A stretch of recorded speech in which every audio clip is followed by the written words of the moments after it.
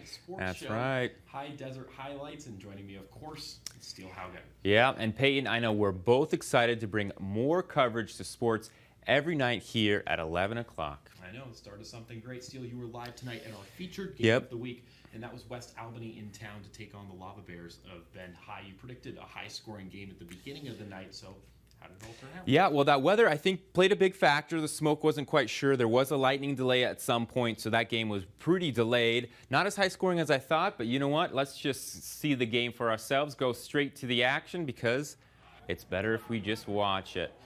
And as you can see, that's West Albany versus Bend High. Handoff to Kingston Thomas, breaks one tackle, fights through another, and gets a great chunk of yardage. Lava Bears in the red zone. That's quarterback Caden Cooper, who finds Max Duncan in the end zone for the first score of the game. Bulldogs in scoring position on their own. That's Caden Martirano. He takes it himself. Second quarter, after that lightning delay, finds RJ Fowles for the score, and the Bulldogs have the lead. But look at this. Sack.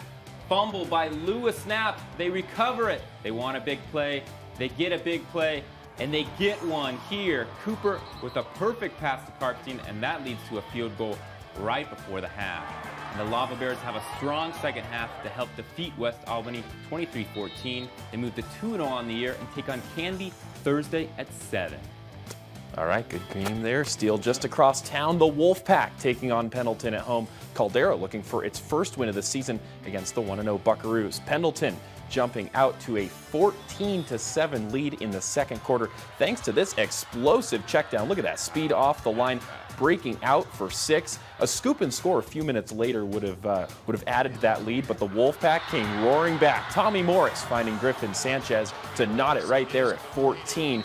And the Wolfpack go into the locker room tied up. In the second half, Caldera pulling away 21-20, a huge win on home turf as they improve to 1-1 on the year. That's about as close as it gets. It is about as close as it gets. A great back and forth game there for Caldera. Still kind of a young team, all things considered. Just their senior year this year, I believe. Right, yeah. All right, heading over to Ridgeview. 1-0 after defeating Woodburn 28-6 last week. Tonight they host Crescent Valley, also 1-0. The Ravens up a score in the third quarter, getting some breathing room on the ground. A rushing touchdown for Eshawn Ortiz. After that, it was about getting stops. Up 26-14, a near interception on the ensuing drive, and then it got a little bit chippy after that. Some extra physicality, players getting after each other, but the Ravens hold on 42-28. They'll improve to 2-0 and get South Albany at home next week.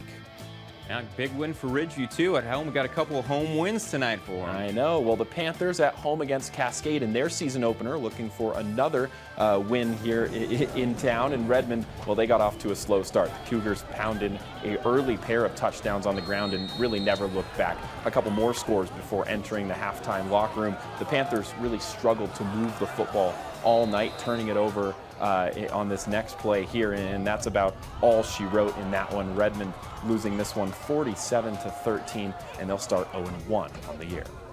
Yeah, unfortunate for them, and unfortunate for the Mountain View Cougars. They had their game canceled tonight. They did. Yep. So and tonight. Well, let's see. Sorry, they were set to play Lebanon this evening, and that game was canceled. Like I said, the two are now scheduled to kick off tomorrow night at 6 p.m.